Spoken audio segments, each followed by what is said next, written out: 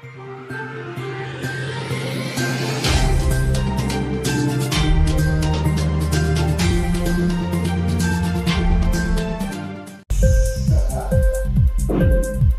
TV prime time news కి స్వాగతం.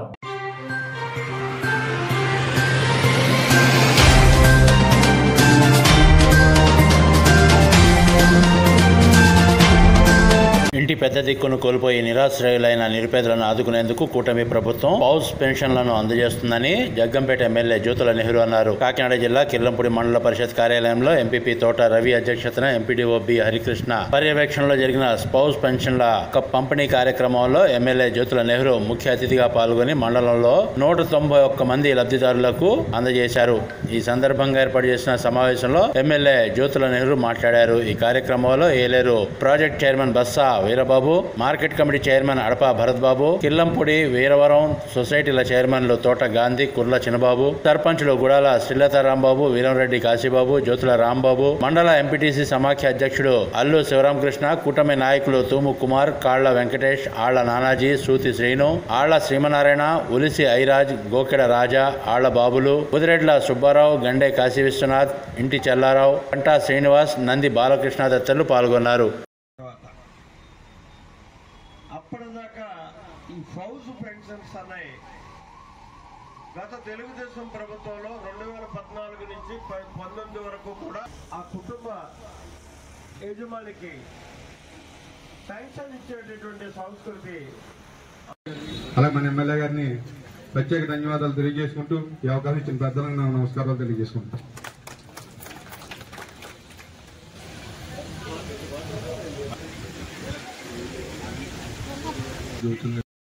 ఇబ్బందులు ఉన్నప్పటికీ కూడా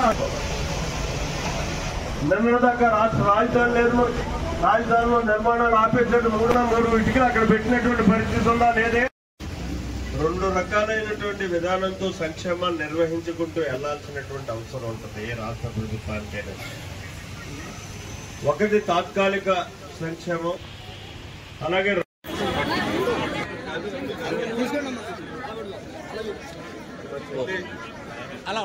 చంద్రమ్మ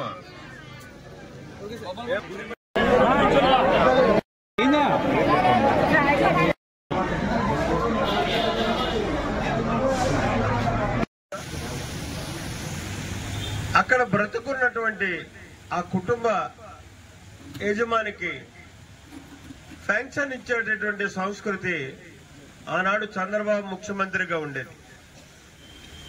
ఆ నెలలోనే తిరిగి పెన్షన్ ఇచ్చేవాళ్ళం మనం, ఎందుకంటే ఇమ్మీడియట్ గా ఆదుకోవాలి కాబట్టి. అది సంక్షేమం అంటే. ఇందాక పెద్దలు చెప్పినట్టుగా గత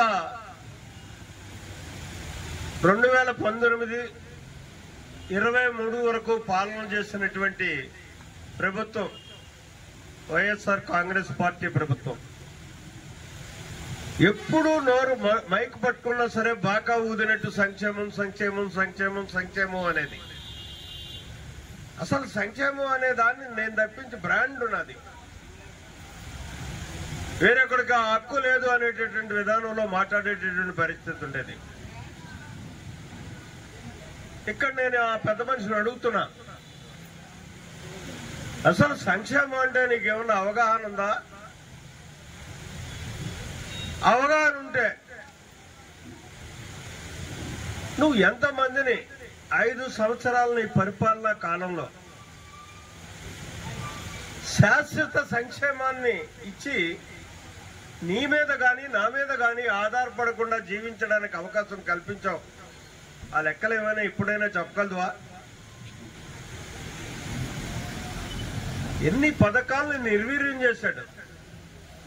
ఒక్కసారి మనం చూసుకుంటే ఎక్కడైనా ఎవరికైనా సరే వాళ్ళ ఆర్థిక పరిపుష్టి కలగడానికి కావలసినటువంటి బీసీ కార్పొరేషన్ నుంచి లోన్లు ఇచ్చినటువంటి పరిస్థితి కానీ, కాపు కార్పొరేషన్ నుంచి లోన్లు ఇచ్చినటువంటి పరిస్థితి కానీ, ఎస్సీ ఎస్టీ కార్పొరేషన్ నుంచి లోన్లు ఇచ్చినటువంటి పరిస్థితి కానీ గత 5 సంవత్సరాల్లో ఎక్కడైనా చేసినటువంటి పరిస్థితి ఉందా?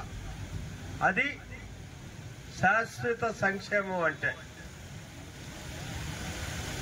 ఆ సంక్షేమాన్ని ఎక్కడా నువ్వు జరపలేదే.